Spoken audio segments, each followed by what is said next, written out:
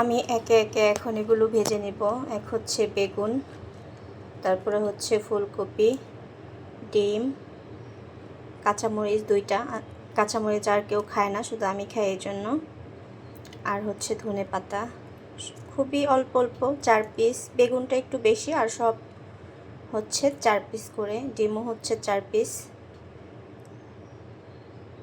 2টা ডিম নিয়েছি। তো আমি এখন এগুলো ভেজে নেব। তেলটা গরম হয়ে গিয়েছে, এখন আমি ডিমগুলোকে এর মধ্যে দিয়ে দেবো একে একে।